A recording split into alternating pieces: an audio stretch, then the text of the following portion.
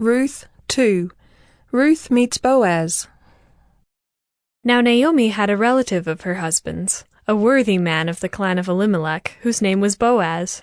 And Ruth the Moabite said to Naomi, "Let me go to the field and glean among the ears of grain after him in whose sight I shall find favor." And she said to her, "Go, my daughter." So she set out and went and gleaned in the field after the reapers. And she happened to come to the part of the field belonging to Boaz, who was of the clan of Elimelech. And behold, Boaz came from Bethlehem, and he said to the reapers, "The Lord be with you." And they answered, "The Lord bless you." Then Boaz said to his young man who was in charge of the reapers, "Whose young woman is this?" And the servant who was in charge of the reapers answered, "She is the young Moabite woman who came back with Naomi from the country of Moab. She said, 'Please let me glean and gather among the sheaves after the reapers.' So she came, and she has continued from early morning until now, except for a short rest." Then Boaz said to Ruth, "Now listen, my daughter. Do not go to glean in another field or leave this one, but keep close to my young women. Let your eyes be on the field that they are reaping, and go after them. Have I not charged the young men not to touch you?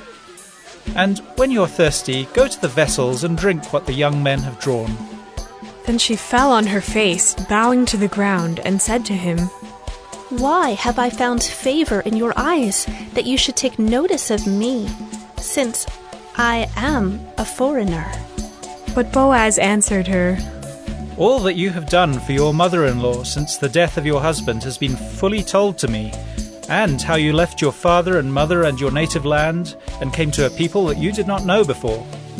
The Lord repay you for what you have done, and a full reward be given you by the Lord, the God of Israel, under whose wings you have come to take refuge."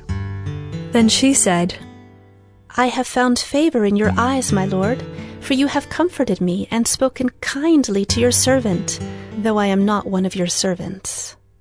And at mealtime Boaz said to her, "Come here and eat some bread and dip your morsel in the wine." So she sat beside the reapers, and he passed to her roasted grain, and she ate until she was satisfied, and she had some left over. When she rose to glean, Boaz instructed his young men, saying, "Let her glean even among the sheaves, and do not reproach her. And also pull out some from the bundles for her, and leave it for her to glean, and do not rebuke her." So she gleaned in the field until evening. Then she beat out what she had gleaned, and it was about an ephah of barley. And she took it up and went into the city. Her mother-in-law saw what she had gleaned. She also brought out and gave her what food she had left over after being satisfied.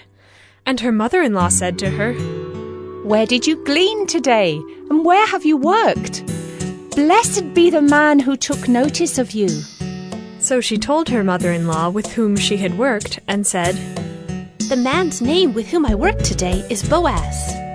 And Naomi said to her daughter-in-law, "May he be blessed by the Lord, whose kindness has not forsaken the living or the dead."